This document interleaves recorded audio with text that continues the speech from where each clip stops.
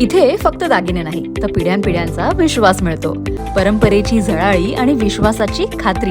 Kailas अडगावकर jewellers, Datta मंदिर bus stop, Nashik road. शहरातील वाहतूक कोंडी आणि वाढते अपघात रोखण्यासाठी वाहतूक पोलिसांनी आता कारवाईचा बडगा उभारला आहे. शहरातील मुख्य 40 सिग्नलवर बसवण्यात आलेल्या हायटेक सीसीटीव्ही कॅमेऱ्यांनी पहिल्या टप्प्यात तब्बल 20,000 नियम तोडणाऱ्या वाहनधारकांना टिपले. यापैकी 35 जणांना तात्काळ ई-चलनद्वारे दंडाची नोटीस बजावण्यात आली असून आता ही कारवाई 24 तास सुरू राहणार आहे.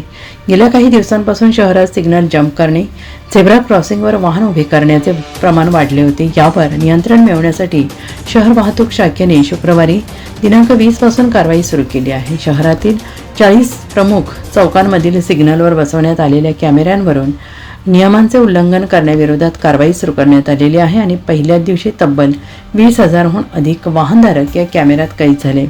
कॅमेऱ्यांमध्ये फुटेजमध्ये 20,000 वाहने नियमांचे उल्लंघन करताना आढळली आहेत. प्राथमिक पडताळणीनंतर पहिल्या बॅचमध्ये 35 वाहनधारकांच्या मोबाईलवर थेट दंडाचे मेसेज धाडण्यात आले. ही यंत्रणा आता रात्रंदिवस सुरू राहणार असून रात्रीच्या वेळी सिग्नल तोडणाऱ्यांवर लक्ष दिले जाणार आहे.